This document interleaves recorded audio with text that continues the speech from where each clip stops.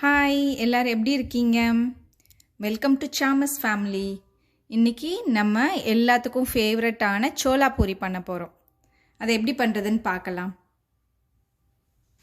அதுக்கு நான் இதில் 2 கப் மைதா எடுத்திருக்கேன். 1/4 கப் ரவை,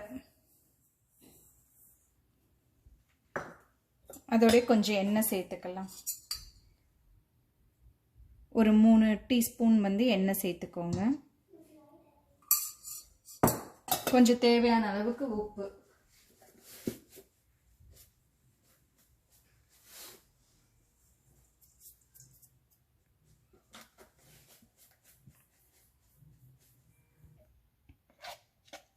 அப்புறம் அதில் ஒரு 1/4 கப் கெட்டி தயிர்,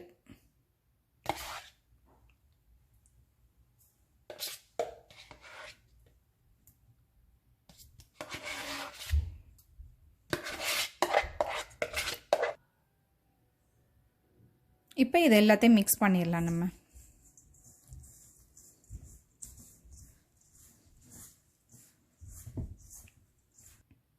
இதில் உங்களுக்கு தேவையான அளவுக்கு தண்ணி ஊற்றி பிணைஞ்சிக்கோங்க. கொஞ்சம் கொஞ்சமாக ஊற்றி பிணைஞ்சிக்கோங்க. இப்போ நம்ம மாவு பிணைஞ்சாச்சு. இந்த அளவுக்கு கையில் ஒட்டாத அளவுக்கு பிணைஞ்சிக்கோங்க. பிணைஞ்சிட்டு இதை ஒரு 2 ஹவர்ஸ் அப்படியே விட்டுடலாம். அதுக்கப்புறம் பூரி போட ஆரம்பிச்சிடலாம். ஓகே, இப்போ மாவு வச்சு 2 ஹவர்ஸ் ஆயிடுச்சு. நல்லா ரெடி ஆயிடுச்சு. இப்போ நம்ம சின்ன சின்ன உருண்டைகளாக போட்டுடலாம். நிறைய பேர் இதில் அந்த பேக்கிங் சோடாலாம் போடுவாங்க. நான் எதுவும் போடலை. எப்படி இருக்குன்னு பார்க்கலாம்.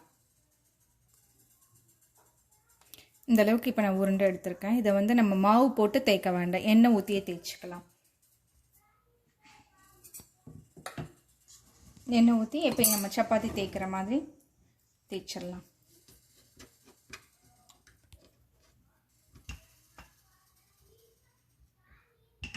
இப்போ இந்த நம்ம சப்பாத்தி பூரிக்கு போடுற மாதிரியே நல்லா தேய்ச்சிக்கலாம். இப்போ இந்த அளவுக்கு தேய்ச்சாச்சு. இதை நம்ம நான் சைடில் எண்ணெயும் காய வச்சுருக்கேன், போட்டுடலாம்.